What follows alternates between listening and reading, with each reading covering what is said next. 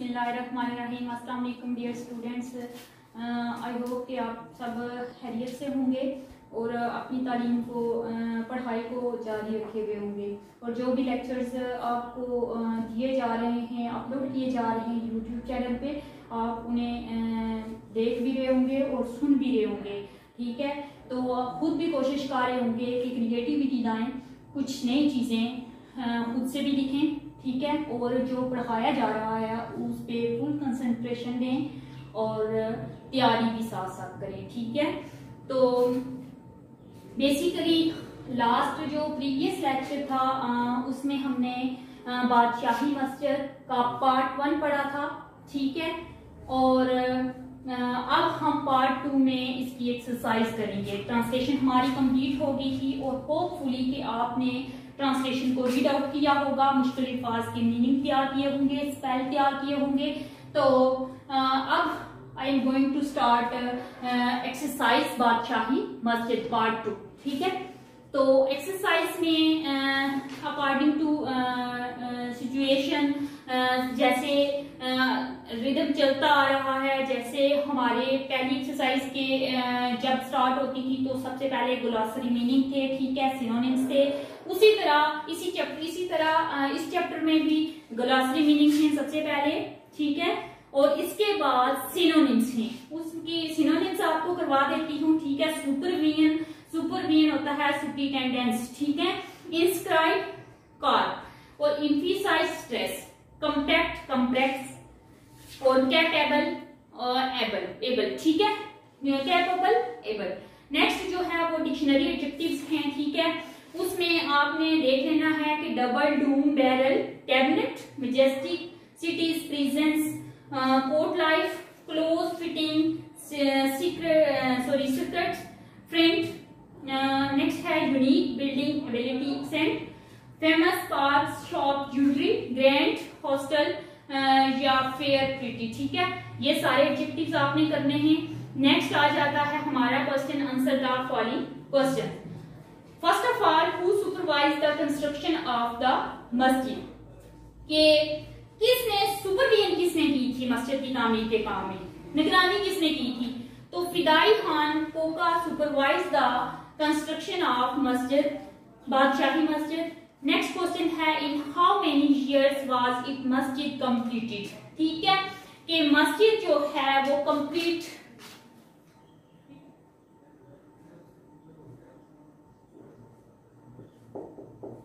मस्जिद कंप्लीटेड। ठीक है, कब से कब तक मस्जिद कंप्लीट हुई थी? आपके टेक्स्ट बुक में लिखा हुआ है कि 1671 से शुरू हुई थी। स्टार्ट कहां से हुई थी, कब से हुई थी? 1671 से, और कब तक? 1673 तक। ठीक है, एंड कब कंप्लीट, कब तक हुई थी? 1673 में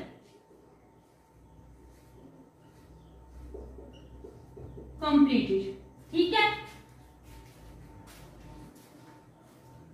और ये स्टार्टेड 1671। ये बात आपने ज़हन में रखनी है। कोई भी थर्ड पर्सन आपसे पूछ सकता है कि बादशाही मस्जिद जो है वो कब उसकी तामीर स्टार्ट हुई थी, उसकी तामीर खत्म कब हुई थी, मुकम्मल कब हुई थी। ठीक है, तो आपको पता होना चाहिए। क्वेश्चन भी है कि द कंस्ट्रक्शन ऑफ द मस्जिद started in 1671 and completed in 1673. Why was बादशाही मस्जिद constructed on a raised platform? बादशाही मस्जिद को ऊंचे चबूतरे पर क्यों बनाया गया? This masjid was constructed on a raised platform to avoid inundation from the nearby river Ravi during flooding season. ये आपने टेक्स्ट बुक में थोड़ी देर पहले आपको बताया है कि टेक्स्ट बुक में आपके ये अभी आंसर मौजूद है। आपके थर्ड पैराग्राफ में लिखा हुआ है, फर्स्ट 3 लाइंस जो हैं फर्स्ट 3 लाइंस पे है कि the masjid was constructed on a raised platform to avoid inundation from the nearby river Ravi. कौन सा दरिया था? रावी, जिसके करीब सैलाब के मौसम में तमीर। नेक्स्ट है how many worshipper can be accommodated all together in the मस्जिद, कि मस्जिद में एक वक्त में कितने नमाजी नमाज अदा कर सकते हैं। द मस्जिद has the capacity of accommodating, ये आपकी टेक्स्ट बुक का ही 59 पेज पे लिखा हुआ है, 60 पेज पे है कि द मस्जिद has the capacity of accommodating 5000 worshippers in its main prayer hall and an additional 95,000 in its courtyard and covered pillared passages. Next है what is the significance of the relics displayed in the museum of the masjid. मस्जिद की जायका में नुमाइश के लिए रखी मुतबरक कदीम अशिया की अहमियत बयान करें, ठीक है। तो इसका आंसर भी इधर ही इसी पेज पे, the relics displayed in the museum of the masjid attract tourists. People learn about the holy personality of Islam from these relics, ठीक है, कि मस्जिद की अजायब घर में नुमाइश के लिए रखी मुतबरक अशिया कदीम अशिया सियाहों के लिए पुरकशिश हैं। लोग इन मुतबरक कदीम अशिया से इस्लाम की मुकद्दस शख्सियात के बारे में जानते हैं। नेक्स्ट क्वेश्चन है give the detail of the history of relics, it is very important question. इन मुतबरक कदीम अशिया की तारीख की तफसील बयान करें। तो ये तफसील आपके सामने टेक्स्ट बुक के 60 पेज नंबर पे है। फर्स्ट जो पैराग्राफ है उसी में the relics display there are attributed to the Rasulullah sallallahu alaihi wasallam, his daughter Hazrat Fatima Zahra radhiyallahu ta'ala anha and his son-in-law Hazrat Ali radhiyallahu ta'ala anhu. These relics were brought to the subcontinent by Amir Taimur. They include a cap, white trouser, a green coat. यहाँ से लेके आपका answer बनता है Holi Quran on it, ठीक है, Holi Quran on it तक। How would you sum up the architectural beauty of the बादशाही मस्जिद, कि आप बादशाही मस्जिद की तामीराती खूबसूरती का खुलासा कैसे करेंगे। तो बादशाही मस्जिद is a famous landmark and a tourist attraction of Lahore, and the various architectural features like the 4-corner minarets, 3 majestic domes, vast square courtyard and an elegant entrance gate of Badshahi Masjid show the grandeur of Mughal architecture, ठीक है, कि बादशाही मस्जिद एक मशहूर तारीखी मकाम और सियाहों के लिए लाहौर की एक पुरकशिश जगह है। बहुत से तामीराती खसूसियात जैसे कि चारों कोनों में मीनार, 3 पुरवकार गुंबद, कुशादा चकोर सहन और बादशाही मस्जिद का शानदार दाखिली दरवाजा मुगलों के फन तामीर की शान शौकत दिखाता है। नेक्स्ट आ जाता है choose the correct option, read the text, ठीक है। आपकी टेक्स्ट बुक से ही ये एमसीक्यूज लिए गए हैं। द बादशाही मस्जिद was built dash Mughal emperor Aurangzeb Alamgir, तो 6th मुगल एम्परर, 6ठे बादशाह, ठीक है। नेक्स्ट है द कंस्ट्रक्शन ऑफ द मस्जिद started in 1671 and was completed in 1673, ठीक है। ये आपके सामने कंप्लीटेड डेट लिखी हुई है और स्टार्टेड डेट भी लिखी हुई है, ठीक है। तो ये दोनों क्वेश्चन साथ हो जाते हैं अगर आपने टेक्स्ट को गौर से पढ़ना है तो, ठीक है। Without reading text you can not give answer, ठीक है। तो नेक्स्ट जो है तीसरे नंबर पे relics were brought to the subcontinent by Amir Taimur, ठीक है, Aamir Taimur. And for the construction of the masjid, red sandstone tiles were brought from Jaipur, ठीक है, राजस्थान के इलाके जयपुर में, ठीक है। The prayer chamber is very spacious. The construction work was carried out under the supervision of Pidai Khan Koka. Out of the 7 compartments, the 3 double domes are the marble. Badshahi Masjid was designed nearly similar to Jamia Masjid Delhi, ठीक है। आगे आ जाती है grammar. इसमें आपने इसकी coordinates हैं हमजा अल्फाज, तो इसकी वो लिखी हुई है ट्रांसलेशन, ठीक है। When we are learning a new language और phonemes is an easy word to remember because it looks and means, ठीक है, something else।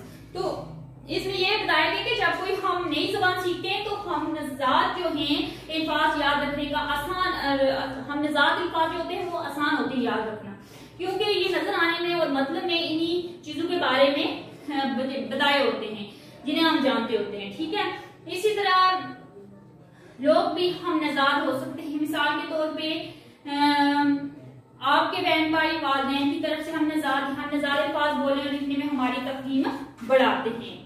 तो first below is the list of commonly occurring coinage in English and Urdu. बाजार, बरयानी, बुरका, कारवान, पजामा, button, चारपाई और something else, ठीक है। ये चीजें जो हैं ये हमारी रोजमर्रा इंग्लिश उर्दू की जगह इस्तेमाल होती हैं, ठीक है।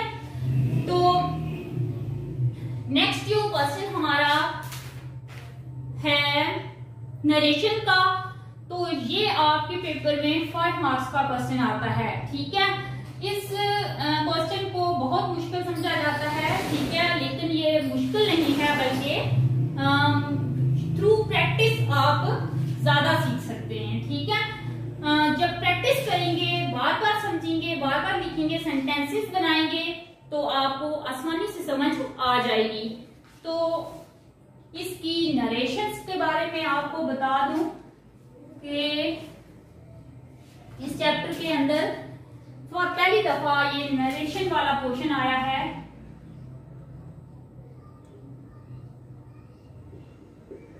नरेशन, ठीक है। नरेशन होती क्या है? स्पीचेस हैं, ठीक है। डायरेक्ट और इनडायरेक्ट स्पीच, डायरेक्ट और इनडायरेक्ट स्पीच, ठीक है। क्या है?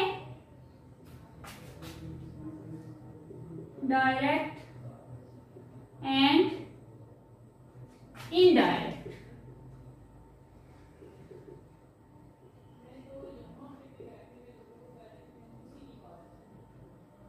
ठीक है।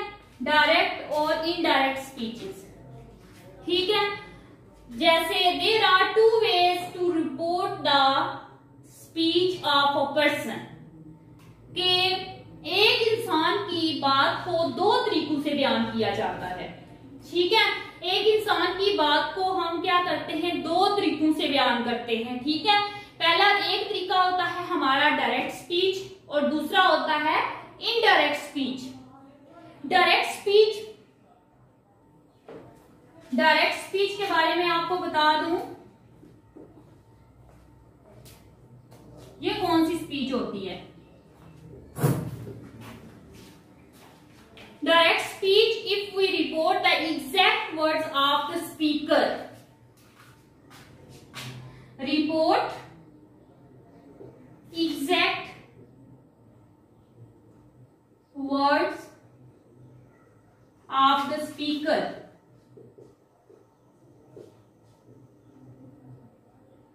ठीक है। कि जो डायरेक्ट स्पीच होती है उसमें रिपोर्ट की जाती है, हम क्या करते हैं, जो स्पीकर के असल वर्ड्स हैं, एग्जैक्ट वर्ड्स हैं, उनको हम लाते हैं, ठीक है, with an inverted commas. Inverted commas के बारे में तो आपको पता होगा, पंक्चुएशन में आपने पढ़ा था, विद एन इनवर्टेड कॉमास, ठीक है। It is called direct speech, it is called direct speech. Direct speech वो होती है जिसमें रिपोर्ट किया जाता है exact words of the speaker with an inverted commas, ठीक है। नेक्स्ट है, जैसे हम एग्जांपल मैं आपको दे दूं डायरेक्ट स्पीच की, he said I am going my homework, he said comma inverted comma start I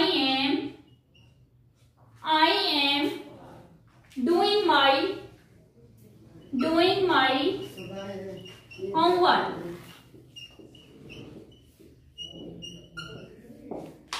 ठीक है, इनवर्टेड कॉमा जो है उसे क्लोज कर देंगे। तो ये एग्जांपल है डायरेक्ट स्पीच की। ठीक है, इनडायरेक्ट स्पीच क्या होती है? इनडायरेक्ट स्पीच, डायरेक्ट स्पीच के बारे में बता दिया। इनडायरेक्ट स्पीच इससे थोड़ी सी डिफरेंट है। ठीक है, इसमें हम क्या करते हैं? रिपोर्ट करते हैं। We report the speech of a person in our own words. ठीक है, इसमें हम एग्जैक्ट वर्ड ऑफ स्पीकर नहीं रखते। Report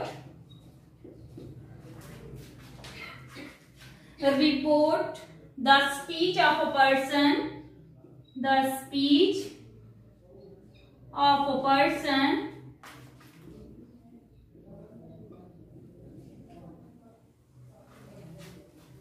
which on our own words, अपने अल्फाज में। यहां पे हमने बात की है डायरेक्ट स्पीच की, इसमें हम exact word of the speaker बात करते हैं। ठीक है, जो बोले जाने वाला है बंदा, उसके वही अल्फाज हम बताते हैं किसी को। लेकिन इनडायरेक्ट स्पीच में क्या होता है? हम अपने अल्फाज में बताते हैं किसी दूसरे बंदे की कही हुई बात को।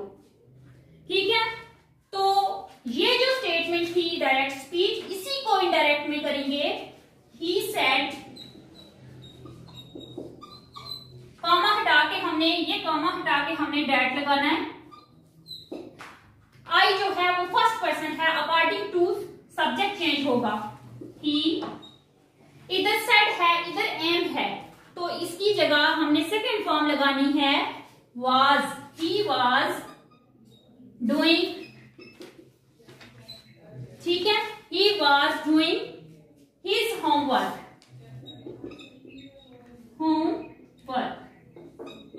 ठीक है, ये माइट था, तो according to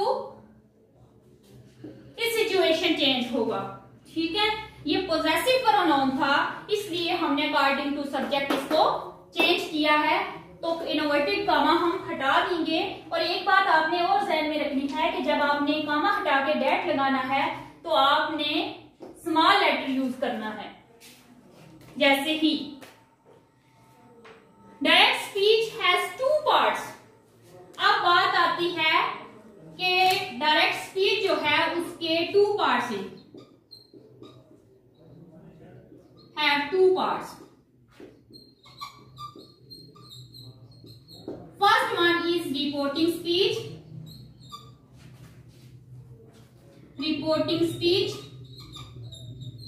Second one is reported speech.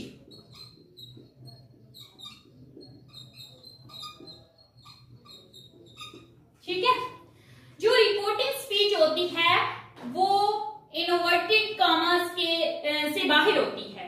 Reporting speech जो होती है वो outside the inverted comma, outside the inverted comma।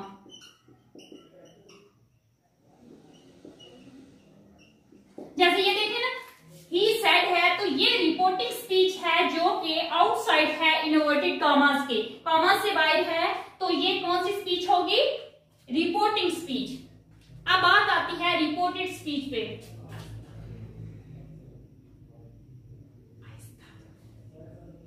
Reported speech, ये स्पीच जो है इनसाइड द इनवर्टेड कॉमा।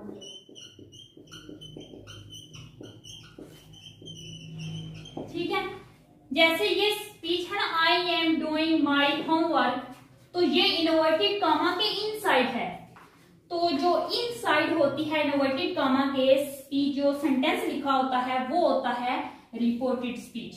ठीक है, अब आपको आई होप के समझ आ गई होगी कि नरेशंस क्या होती हैं, स्पीचेस क्या होती हैं, डायरेक्ट स्पीच क्या है, इनडायरेक्ट स्पीच क्या है, डायरेक्ट स्पीच के कितने पार्ट्स हैं। ठीक है, फर्स्ट पार्ट है जो मैंने डिस्कस किया है आपके साथ, रिपोर्टिंग स्पीच। जो कि इन्वर्टेड कॉमास के आउटसाइड होती है, just like he said, she said, they said, ठीक है। तो रिपोर्टेड स्पीच जो होती है वो इनसाइड द इन्वर्टेड कॉमास, ठीक है। तो just like this, I am doing my homework, ठीक है, आई गो टू देयर, ठीक है। तो जो इन्वर्टेड कॉमास के अंदर होगी वो होगी रिपोर्टेड स्पीच। तो आज का लेक्चर जो है वो हमारा इख्तिताम को पहुंचता है, ठीक है।